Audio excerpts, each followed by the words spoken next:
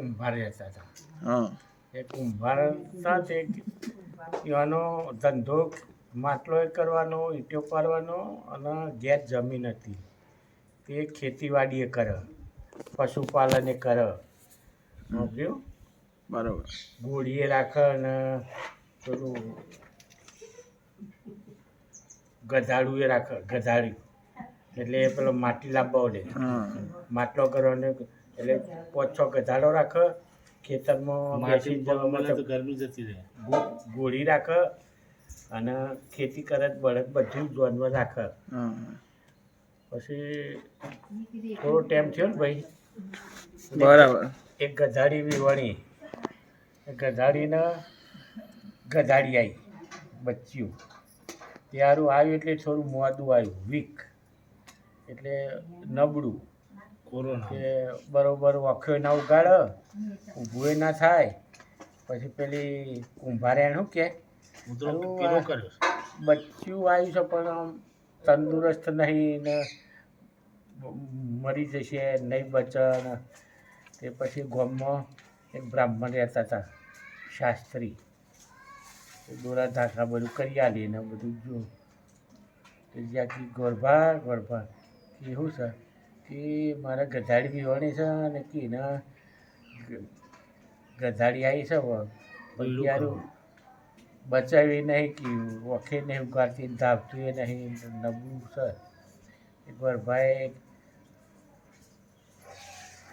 એક આટલો દોરો કર્યો એનો નરાશ્રીનો, અને ત્રીજો ઘેર જઈને અગરબત્તીનો ધૂપ બૂપ કરી અને એને બાંધી દેજો એ બચ્ચાને, કે સારું થઈ જાય.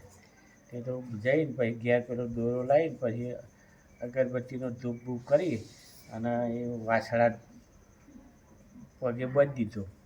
ત્યારું એ તો પછી ઊભું થયું, ધાબા મળ્યું, કરતા 6 મહિના થતાં આ તમારે છે ને હા એવું થઈ ગયું. પછી તો એની માના આઘાડી ગમે ફરવા એની માં જાય ને હા તો છૂટું મેલી તે એની માને બધો ફરે જ ચરે. પછી પાછા 6 મહિના થયા એટલે ઘોડી વીવણી.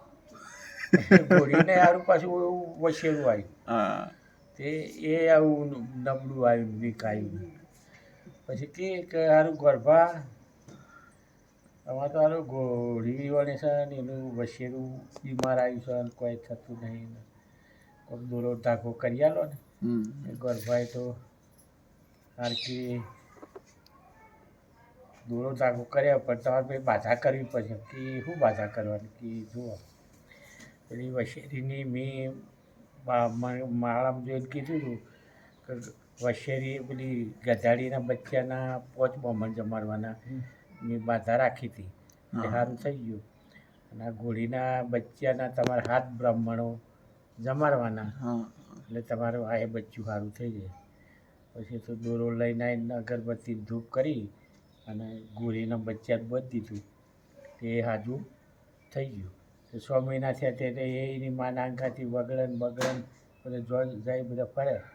પછી 12 મહિના થયા પછી પેલી કુંભારેણ કહે પભરો છો એવું છે આપણે પેલી ઘોડીની ગધાડીની બાધા રાખી હતી ગોરભાની, એમાં સારું થઈ ગયું, આપણે બાધા કરવી પડશે.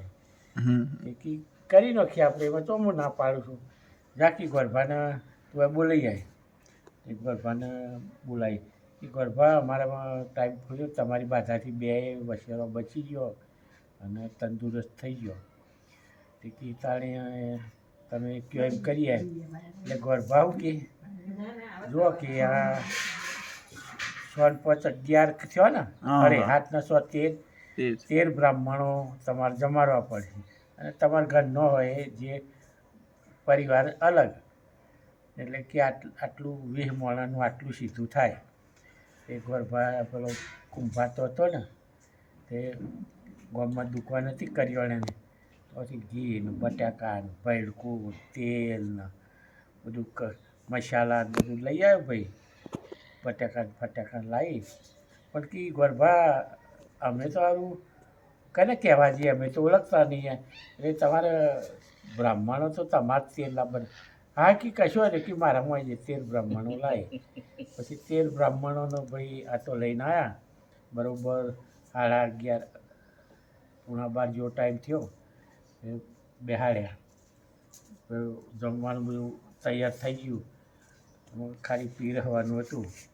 પછી પેલો કુંભાર તો હતો એ દૂધ લઈ પાણી લઈને આવ્યો. એ ખબર રૂમાલ લઈને હાથ ધોવડાવવા પડી ને, હા પછી લોટો લઈને પછી કે કોઈ આપણે 13 બ્રાહ્મણની બાધા છે એ ગધેડીના બાજુ બે ગોળીના બાજુ.